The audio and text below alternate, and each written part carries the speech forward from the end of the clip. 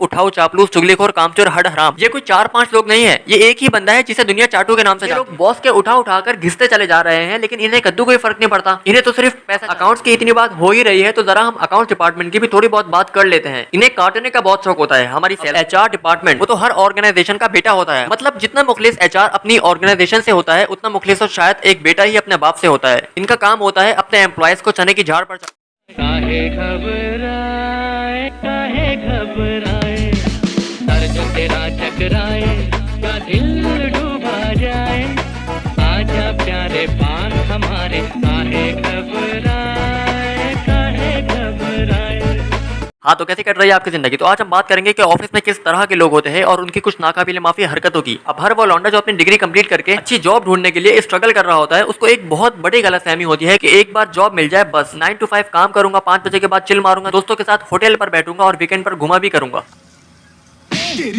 अगर तुम भी ये सब सोच रहे हो तो तुमसे बड़ा बावला कोई नहीं है। तुम्हें पता है मैंने अपने ऑफिस से आज तक क्या सीखा है? पंक्चुअलिटी, कंसिस्टेंसी, बॉस की आंखों में आंखें डालकर कॉन्फिडेंस से बात करना, कंप्यूटर स्किल्स को अच्छा किया, कम्युनिकेशन स्किल्स को बेहतर बनाया। कद्दू, मैंने यहाँ से सिर्फ सुबह जल्दी उठना सीखा है। और बॉस अगर आपको नहार मुंह दलील कर रहा हो तो अपने गुस्से को कैसे कंट्रोल करते हैं ये सीखा है। और यार मैं आपको एक मशवरा दूंगा, अमल करना है तो करो वरना भाड़ में जाओ। मरना तेरे को डर नहीं लगता? मशवरा ये है कि ऑफिस में दो लोगों से हमेशा बचकर रहना। पहला तो ऑब्वियसली बॉस है, उससे पंगा लोगे तो रोड पर लाकर खड़ा कर देगा। और दूसरा है उठाओ चापलूस चुगलीखोर कामचोर हड हराम, ये कोई 4-5 लोग नहीं है, ये एक ही बंदा है जिसे दुनिया चाटू के नाम से जानती है। अब इनके बारे में तो मैं क्या बताऊं, इन्हें जितनी गालियां दो उतनी कम है। अब जैसे हम लोग अलग अलग स्किल्स के साथ ऑफिस ज्वाइन करते हैं ना, लेकिन ये चाटू एक ही स्किल लेकर आते हैं जिसे कहते हैं चाटूगिरी। अब इन चाटू के अलावा भी एक कैटेगरी है जो इनकी बिल्कुल अपोजिट होती है, और वो कैटेगरी है हार्ड वर्किंग एम्प्लॉयज की। ये बेचारे सारे दिन गधी की तरह काम कर रहे होते हैं ऑफिस में और घर में भी, यहाँ तक कि अपने घर वालों को भी टाइम देने में कॉम्प्रोमाइज कर जाते हैं सिर्फ कंपनी को आगे बढ़ाने के लिए और अपनी प्रमोशन के लिए। लेकिन अफसोस फिर भी इन्हें प्रमोशन नहीं मिल पाती, क्योंकि ये जो भी काम करते हैं वो बॉस को दिखाकर नहीं करते। और सबसे दर्दनाक बात तो यह है कि इनके हिस्से की प्रमोशन भी चाटू ले जाते हैं सिर्फ अपनी चाटूगिरी की स्किल से।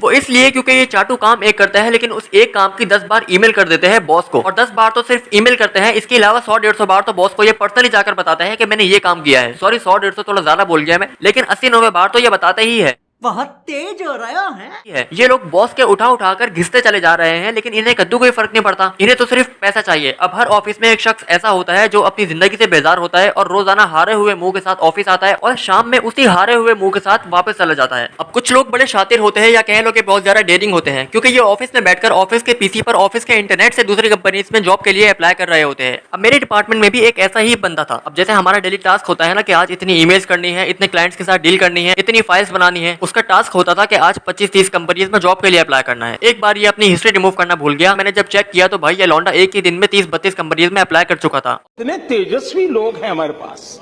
और इसने अपने कवर लेटर में सिर्फ 2 लाइंस लिखी हुई थी। एक तो ये कि मुझे इस जॉब की नीड है, और दूसरी ये कि मैं बहुत ईमानदार हूँ। अबे ये कौन लिखता है यार कवर लेटर में? अपनी क्वालिफिकेशन लिख, अपनी स्किल्स और एक्सपीरियंस के बारे में लिख। ये क्या बात हुई मैं बहुत ईमानदार हूँ? अब कल को मैं किसी हॉस्पिटल में डॉक्टर के लिए अप्लाई करूंगा और एप्लीकेशन में लिख दूंगा कि मैं बहुत ईमानदार हूँ और मुझे इस जॉब की नीड है, चाहे मैंने अकाउंट्स ही क्यों ना पढ़ी हो। और अगर वो मुझे मेरी ईमानदारी देखकर रख भी लेते हैं तो क्या मैं पेशेंट का ट्रीटमेंट कर सकूंगा? नहीं, बिल्कुल नहीं। उल्टा सब पेशेंट के अकाउंट ही बंद कर दूंगा हमेशा के लिए। अब अकाउंट्स की इतनी बात हो ही रही है तो जरा हम अकाउंट डिपार्टमेंट की भी थोड़ी बहुत बात कर लेते हैं।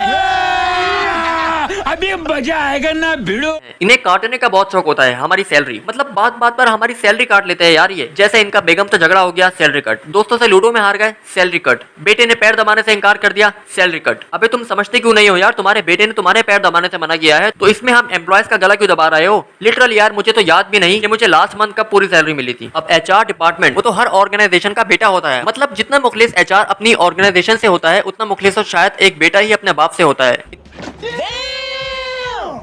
इनका काम होता है अपने एम्प्लॉयज को चने की झाड़ पर चढ़ाना। मतलब ये लोग एम्प्लॉयज को इतना मोटिवेट कर देते हैं कि एम्प्लॉय बेचारे उस ऑर्गेनाइजेशन को छोड़ने का सोच भी नहीं सकते। इनके पास किसी भी चीज के लिए चले जाओ, मतलब सैलरी इंक्रीज के लिए, वर्किंग आवर्स कम करने के लिए, छुट्टियों के लिए, इनका एक ही जवाब होता है कि ये हमारी पॉलिसी में नहीं है। एक बार तो मैंने गलती से इनसे वॉशरूम का रास्ता पूछ लिया तो मुझे कहने लगे कि ये हमारी पॉलिसी में नहीं है।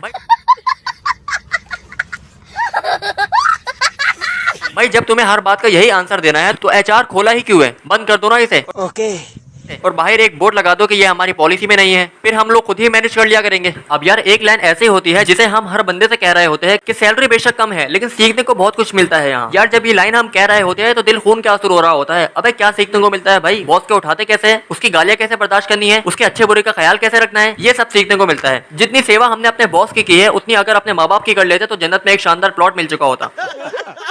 मुझे एचआर ने कहा था कि आप इस ऑर्गेनाइजेशन में 1 साल भी लगा दोगे तो आपकी वैल्यू बढ़ जाएगी। मतलब फिर आप किसी भी ऑर्गेनाइजेशन में जाओगे तो वो हमारी ऑर्गेनाइजेशन का नाम सुनकर ही आपको रख लेंगे। अब एक जगह इंटरव्यू देने गया, सब कुछ ठीक चल रहा था, जैसे ही इनकी ऑर्गेनाइजेशन का नाम लिया तो इंटरव्यूअर ने मुझसे कहा कि पहली फुर्सत में निकल। वैसे यार सब ऑर्गेनाइजेशन एक जैसे नहीं होती, मतलब 2 तरह की ऑर्गेनाइजेशन होती है। एक होती है अच्छी ऑर्गेनाइजेशन जिसे मैंने दूर से भी नहीं देखा आज तक, और एक होती है वो ऑर्गेनाइजेशन जिसमें मैं जॉब करता हूँ या कह लो कि गुलामी करता हूँ। अब अच्छी ऑर्गेनाइजेशन से जब आप रिजाइन करते हो तो आपको मिलता है फूलों का हार, farewell, good wishes, gratuity, provident fund, ये फंड वो फंड। लेकिन जब हमारी ऑर्गेनाइजेशन से कोई लौंडा रिजाइन देता है तो उसको मिलती है चप्पल, लानत, गालियां, बैड विशेस, ताने और भी बहुत कुछ जो मैं आपको बता भी नहीं सकता। दिल से लगता है भाई, आप समझ ही सकते होंगे। तो इस वीडियो में इतना ही, मिलते हैं नेक्स्ट वीडियो में। अल्लाह हाफिज। ITUSS की टोपी उसके सर पे ना रहे, हम गहराई है और ये मैं है सिर्फ किनारे। हम गहराई है बेटा कोई 10 साल से, मैंने लिखे सिर्फ रियल लाइफ हाथ से। I'd say